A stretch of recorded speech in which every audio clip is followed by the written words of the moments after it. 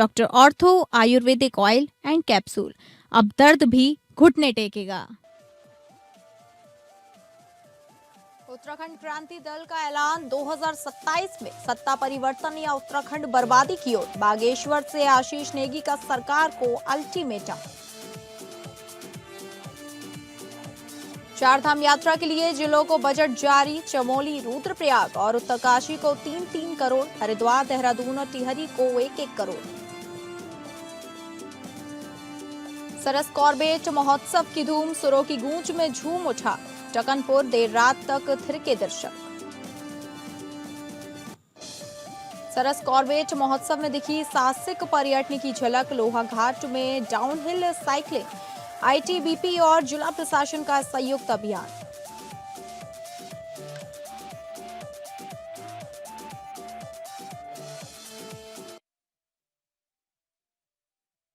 नमस्कार, आप सभी का स्वागत है उत्तराखंड बुलेटिन में और मैं हूं आपके साथ अंकिता सिंह। शुरुआत करेंगे बुलेटिन की, जहां उत्तराखंड क्रांति दल का ऐलान, 2027 में सत्ता परिवर्तन या उत्तराखंड बर्बादी की ओर। बागेश्वर से आशीष नेगी का सरकार को अल्टीमेटम। उत्तराखंड की राजनीति में आज बागेश्वर की ऐतिहासिक धरती से बड़ा सियासी ऐलान हुआ है। उत्तराखंड क्रांति दल के युवा प्रकोष्ठ के नेता आशीष नेगी ने 2027 के विधानसभा चुनाव को लेकर ऐसा बयान दिया है जिसने प्रदेश की राजनीति में हलचल मचा दी है। कुमाऊं संवाद कार्यक्रम के तहत कुमाऊं क्षेत्र के जिलों में निकाली जा रही यात्रा आज बागेश्वर के ऐतिहासिक नुमाइश मैदान में पहुंची, जहां मीडिया से बातचीत में आशीष नेगी ने सीधे सीधे सरकार को चेतावनी दे डाली। यूकेडी नेता का साफ कहना है कि 2027 का विधानसभा चुनाव उत्तराखंड के भविष्य का निर्णायक चुनाव होगा। उन्होंने कहा, अगर 2027 में यूकेडी की सरकार नहीं बनी तो उत्तराखंड पूरी तरह बर्बादी की ओर चला जाएगा। आशीष नेगी ने राजधानी के सवाल, मूल निवास प्रमाण पत्र और भूमि संरक्षण जैसे मुद्दों को लेकर सरकार पर तीखा हमला बोला। उन्होंने कहा कि यूकेडी लगातार हर मंच से इन मुद्दों को उठा रही है, लेकिन सरकार जानबूझकर इन्हें नजरअंदाज कर रही है। सबसे बड़ा आरोप परिसीमन को लेकर लगाया गया। आशीष नेगी ने कहा कि पहाड़ की विधानसभा सीटें योजनाबद्ध तरीके से कम की जा रही हैं। राज्य बनने के बाद से ही पहाड़ को कमजोर करने की साजिश हो रही है और आज उसकी कीमत पहाड़ की जनता चुका रही है। यही नहीं, यूकेडी नेता का बयान और भी तीखा हो गया जब उन्होंने कहा, अगर 2027 में परिवर्तन नहीं हुआ तो पहाड़ के मूल निवासियों को भी उसी तरह भगाया जाएगा जैसे कश्मीरी पंडितों को भगाया गया। आशीष नेगी ने साफ ऐलान किया कि यूकेडी 2027 में सत्ता परिवर्तन के लिए तख्ता पलट की लड़ाई लड़ेगी।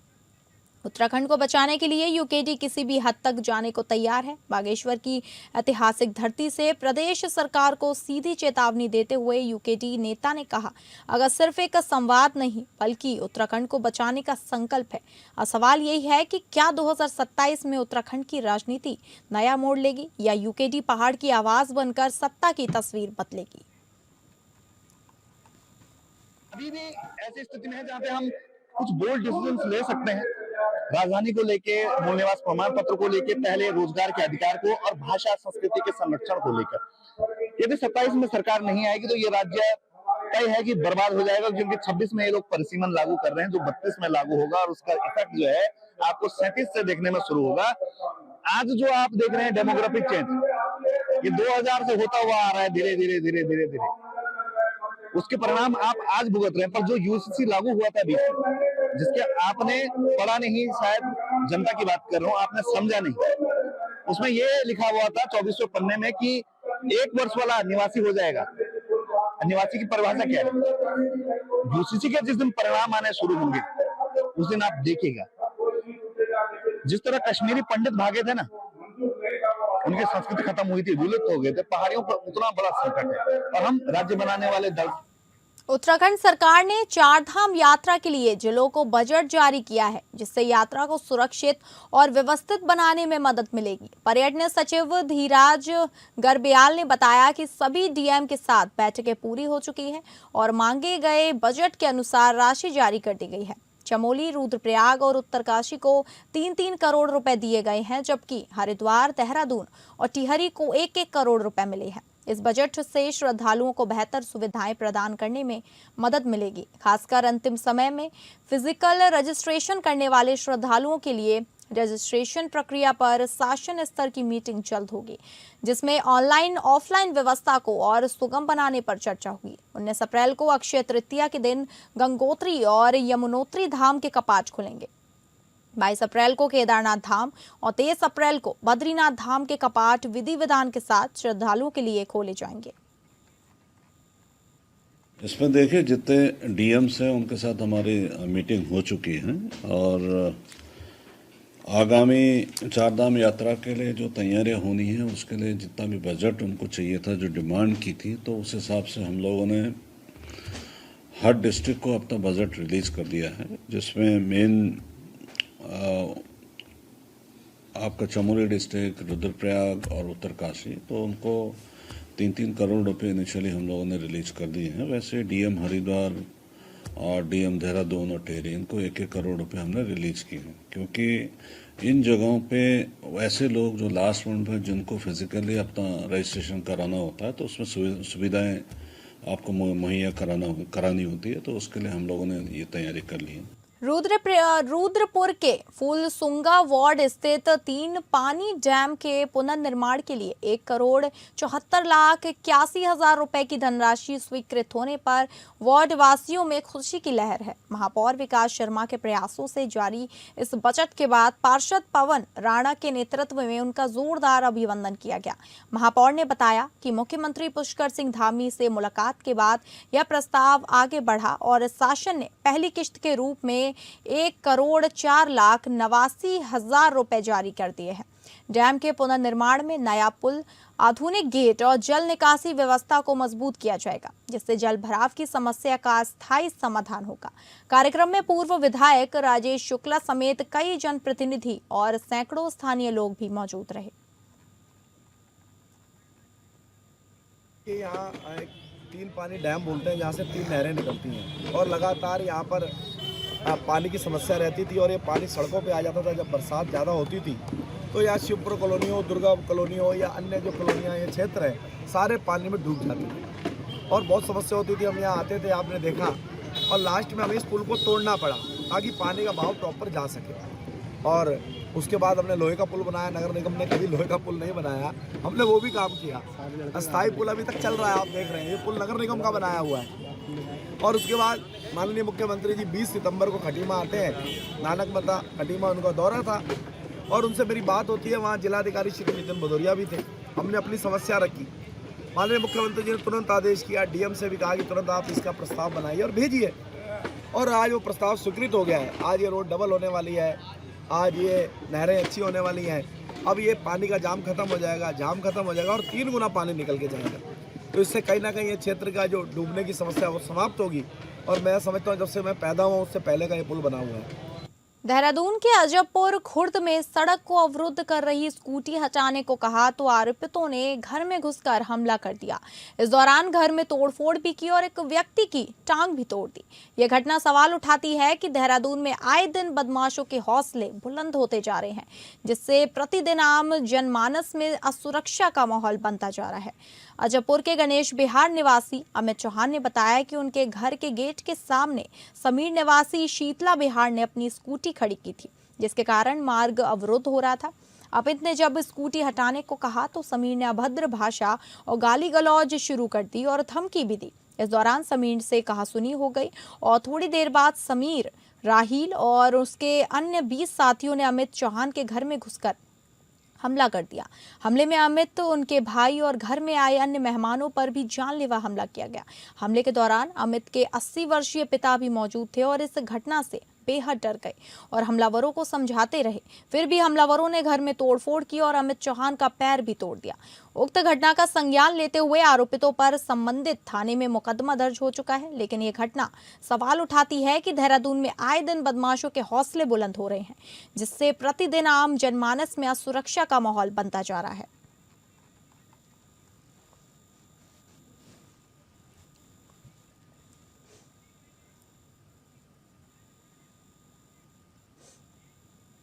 हरिद्वार की एक सन्नाटे भरी रात अचानक सनसनी में बदल गई जब तुलसी चौक इलाके में फुटपाथ पर सो रहे परिवार के बीच से 2 साल की मासूम रहस्यमय तरीके से गायब हो गई। अंधेरे का फायदा उठाकर अज्ञात शख्स बच्ची को उठाकर ले गया और परिजनों की आंख खुलते ही चीख पुकार मच गई। सूचना मिलते ही पुलिस महकमा अलर्ट मोड में आ गया और पूरे शहर में नाकेबंदी जैसे हालात बना दिए। एसएसपी नवनीत सिंह की निगरानी में सिटी कोतवाली, AHTU और CIU समेत कई टीमें रात भर सड़कों पर दौड़ती रही और सैकड़ों सीसीटीवी कैमरों की फुटेज खंगाली गई। पुलिस दबाव बढ़ता देख अपहरणकर्ता बच्ची को ऋषिकुल चौक के पास छोड़कर फरार हो गया, जहां से मासूम बरामद भी कर ली गई। बच्ची सुरक्षित मिल गई है, लेकिन सवाल अब भी जिंदा है। आखिर भीड़भाड़ वाले शहर में इतनी बड़ी वारदात को अंजाम देने वाला कौन था और उसका मकसद क्या था? पुलिस अब भी रहस्यमय अपहरण की परतें खोलने में जुटी है। ये सुबह 9 बजे के लगभग ये पुलिस को सूचना प्राप्त हुई कि 2 साल की बालिका है, वो अपनी माता के साथ यहाँ पे तुलसी चौक के पास में घाट पे सो रहे थे और सुबह जब उसकी मदर ने देखा तो वो बच्ची वहाँ पे लापता थी। तो इस संबंध में एक बड़ा सर्च ऑपरेशन लॉन्च किया गया। कई टीमें बनाई गई, 5 टीमें बनाई गई और इसमें CIU और AHTU की टीमें भी लगाई गई और विद इन 4 आवर्स जो है वो बच्ची बरामद हो गई। उसका मेडिकल हो गया है, बच्ची हेल्दी है, सकुशल है। इसमें लगभग 50 CCTV फुटेज जो है देखे गए और उसमें एक युवक द्वारा वो बच्ची को गोद में ले जाके देवपुरा से ऋषिकुल की तरफ जाते हुए सड़क पे दिखा दी है। और चूंकि बस स्टैंड पे, रेलवे स्टेशन, सब जगह हमारी चेकिंग चल रही थी, तो संभवतः वो डर की वजह से बच्ची को छोड़ के वहां से भाग गया और लेकिन जल्दी उसको भी हम अरेस्ट कर लेंगे। उसमें हमारी टीम ऑलरेडी लगी हुई है। जब ये अरेस्ट होगा तब उससे पूछताछ होगी, तब पता चलेगा ये गैंग है कि नहीं और पहचान उसकी हो गई है। सर, कैमरे में जो देखा गया युवक 28-30 साल का युवक है। जहां हल्द्वानी स्थित उत्तराखंड वानिकी प्रशिक्षण एकेडमी से आए 38 नवनियुक्त वन आरक्षियों ने भिंगराड़ा रेंज का शैक्षणिक भ्रमण कर वन प्रबंधन की जमीनी हकीकत को नजदीकी से समझा। इस दौरान प्रशिक्षुओं ने भिंगराड़ा नर्सरी में तैयार हो रहे विभिन्न प्रजातियों के पौधों, बीज एकत्रीकरण, पौध उगान, प्रंकिंग, बैग भरान और सिंचाई विधियों की विस्तृत जानकारी प्राप्त की। प्रशिक्षण भ्रमण का नेतृत्व पाठ्यक्रम समन्वयक सेवानिवृत्त SDO राकेश कुमार भट्ट एवं सेवानिवृत्त वन्य क्षेत्र अधिकारी के मार्गदर्शन में किया गया। भिंगराड़ा के वन्य क्षेत्र अधिकारी हिमालय सिंह टोलिया ने प्रशिक्षुओं को आदर्श पौधशाला की कार्यप्रणाली से अवगत कराया। उन्होंने बताया कि किस प्रकार वैज्ञानिक पद्धति से पौध तैयार कर वन क्षेत्र को सुदृढ़ किया जाता है। साथ ही वनों को वनाग्नि से बचाने के लिए अपनाए जाने वाले सुरक्षा उपायों और जन जागरूकता की रणनीतियों पर भी विशेष जानकारी दी गई। प्रशिक्षुओं ने इस भ्रमण को अपने प्रशिक्षण का महत्वपूर्ण हिस्सा बताते हुए कहा कि इससे उन्हें व्यवहारिक ज्ञान प्राप्त हुआ जो भविष्य में वन संरक्षण की जिम्मेदारी निभाने में सहायक सिद्ध होगा।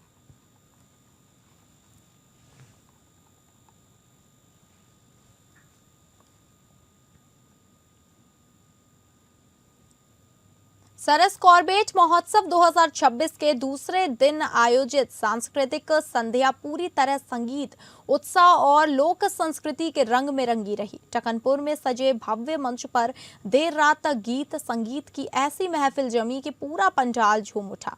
आकर्षक रोशनी और आधुनिक साउंड इफेक्ट्स के बीच दर्शक लोक भुनों पर थिरकते नजर आए और माहौल संगीतमय हो गया। कार्यक्रम की शुरुआत उत्तराखंड के लोकप्रिय हिमनाद बैंड की दमदार प्रस्तुति से हुई। शहरी के नेतृत्व में बैंड ने कुमाऊनी और गढ़वाली लोकगीतों को आधुनिक संगीत संयोजन के साथ प्रस्तुत कर युवाओं से लेकर बुजुर्गों तक सभी को मंत्रमुग्ध कर दिया। पारंपरिक धुनों और आधुनिक बीट्स के अनूठे संगम ने पहाड़ की सांस्कृतिक आत्मा को जीवंत कर दिया। हर प्रस्तुति के बाद तालियों की गूंज देर रात तक सुनाई देती रही। स्थानीय लोक गायक हरू जोशी ने भी अपनी भावपूर्ण प्रस्तुति से समा बांध दिया।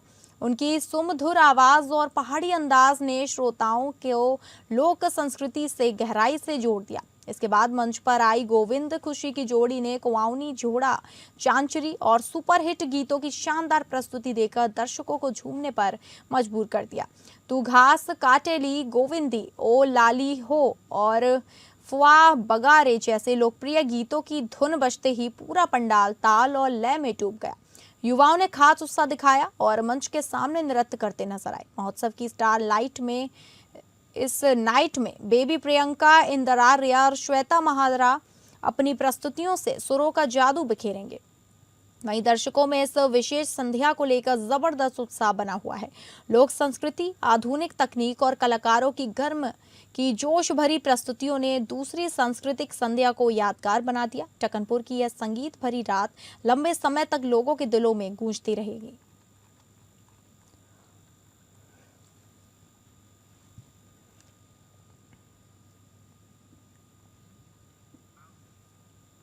चंपावत में इस वर्ष आयोजित सरस कॉर्बेट महोत्सव को जिलाधिकारी मनीष कुमार के नेतृत्व में नया स्वरूप और नई पहचान मिल रही है। क्विक एक्शन, क्विक डिसीजन और नवाचार के लिए पहचाने जाने वाले जिलाधिकारी की पहल पर जिले में पर्यटन और साहसिक पर्यटन के क्षेत्र में लगातार नए आयाम जुड़ रहे हैं। इसी क्रम में 95 किलोमीटर लंबी डाउन हिल साइकिलिंग और चुका से खिरद्वारी तक माउंटेन हिल बाइकिंग अभियान का आयोजन किया गया। आईटीबीपी की 36वीं वाहिनी परिसर से कमांडेंट संजय कुमार और जिला पर्यटन अधिकारी लता बिष्ट ने हरी झंडी दिखाकर अभियान किया शुभारंभ किया। अभियान के दौरान बनलेख, अमोड़ी, चलथी धनुष पुल, सूखी डांग, किरोड़ा और टकनपुर स्टेडियम में फीडिंग पॉइंट बनाए गए हैं ताकि प्रतिभागियों को किसी प्रकार की असुविधा न हो। इस साहसिक यात्रा में आईटीबीपी के 15 जवानों के साथ पिथौरागढ़ और चंपावत के 10 युवा भी शामिल हुए, जिससे युवाओं में रोमांच और अनुशासन का अनूठा संगम देखने को मिला। मतलब मैं प्रशासन के साथ कंधे से कंधा मिला के, और जिससे कि ज़्यादा ज़्यादा यहाँ पे टूरिज़्म बढ़े, तो हमारे को शाम के टाइम बोला गया कि आप ऑर्गेनाइज़ करेंगे, तो हमने खटाखट मतलब जल्दी से ये सब चीज़ें ऑर्गेनाइज़ कर दी हैं। हमारे आदमी पार्टिसिपेट करेंगे, यहाँ से चलेंगे और डाउन हिल मतलब टनकपुर तक जाएंगे। और जी आप देख सकते हैं कि यहाँ आईटीबीपी मैदान से ये टनकपुर स्टेडियम तक ये साइकिलिंग शुरू होने वाली है। अभी कुछ ही देर में इसका उद्घाटन होगा। और सर, जैसा कि इसमें देख रहा हूँ कि आपके जवान सब तैनात हैं, लगभग कितने जवान ये साइकिलिंग पे हैं? साइकिलिंग पे हमारे 15 जवान हैं। की साइकिलिंग है और इसका जो उद्देश्य बताया जा रहा है कि शीतकालीन पर्यटन को बढ़ावा देना, और इसका इस बार थीम भी जिम कॉर्बेट और सरस रखा गया है, तो थोड़ा इसकी जानकारी दें। देखिए, सबसे बड़ी जो कॉर्बेट ने जो सबसे बड़ी भूमिका है वो हमारे जनपद चंपावत से ही शुरू होती है। तो हम उस कॉर्बेट जी के नाम को कैश करने के लिए, टूरिज़्म को बढ़ावा देने के लिए ये विभिन्न गतिविधियों का आयोजन इस हफ्ते में कर रहे हैं। तो आज का आयोजन हमारा डाउन हिल साइकिलिंग है, जिसमें कि हमारे CFI के भी मेंबर आए हुए हैं। आदरणीय कमांडेंट साहब भी यहाँ पर उपस्थित हैं, इनकी टीम इसमें प्रतिभाग कर रही है, और बाकी सपोर्टिंग टीम में जो यहाँ के स्थानीय युवा है, मीडिया है, सभी प्रतिभाग कर रहे हैं। सरस कॉर्बेट महोत्सव 2026 के अंतर्गत 19 और 20 फरवरी को एबट माउंट वन परिसर और आसपास के क्षेत्रों में आयोजित 2 दिवसीय पक्षी जैव विविधता आकलन एवं प्रलेखन कार्यक्रम का प्रथम दिवस सफलतापूर्वक संपन्न हुआ। इस पहल ने एबट माउंट को एक संभावित बर्डिंग हब के रूप में नई पहचान दिलाने की दिशा में ठोस कदम बढ़ाया है। कार्यक्रम का मुख्य उद्देश्य क्षेत्र में पाई जाने वाली पक्षी प्रजातियों का वैज्ञानिक आकलन, उनका व्यवस्थित दस्तावेजीकरण और भविष्य में प्रकृति पर्यटन और बर्डिंग गतिविधियों के विकास हेतु आधारभूत आंकड़ों का संकलन करना है।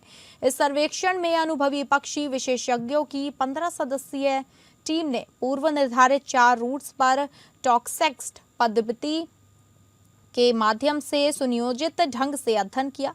वैज्ञानिक पद्धति से किए गए इस सर्वेक्षण में कुल 52 पक्षी प्रजातियों का अवलोकन और पहचान भी की गई।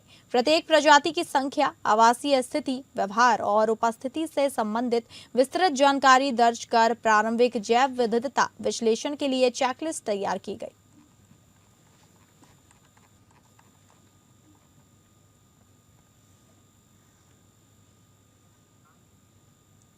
आईटीबीपी की 36वीं बटालियन में आयोजित पुनर्मिलन समारोह उस समय भावुक क्षणों का साक्षी बना जब स्थापना काल से जुड़े पूर्व हिमवीर एक बार फिर अपने साथियों के बीच पहुंचे। परंपरा के अनुसार प्रत्येक फरवरी माह में वर्तमान और सेवानिवृत्त जवान एक मंच पर मिलकर अपने अनुभव साझा करते हैं, और इसी कड़ी में इस वर्ष भी आयोजन गरिमामय वातावरण में संपन्न हुआ।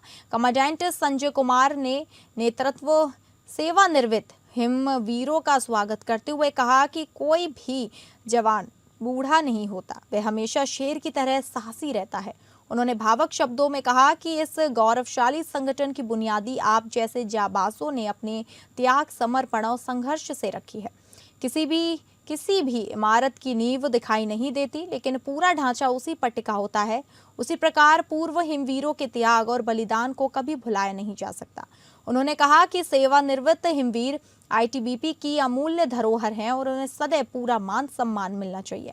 उनके अनुभव और संघर्ष की कहानियां वर्तमान जवानों के लिए प्रेरणा का स्रोत है।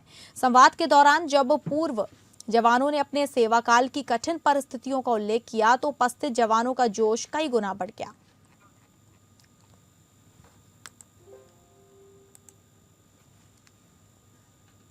तो फिलहाल उत्तराखंड बुलेटिन में बस इतना ही। नमस्कार।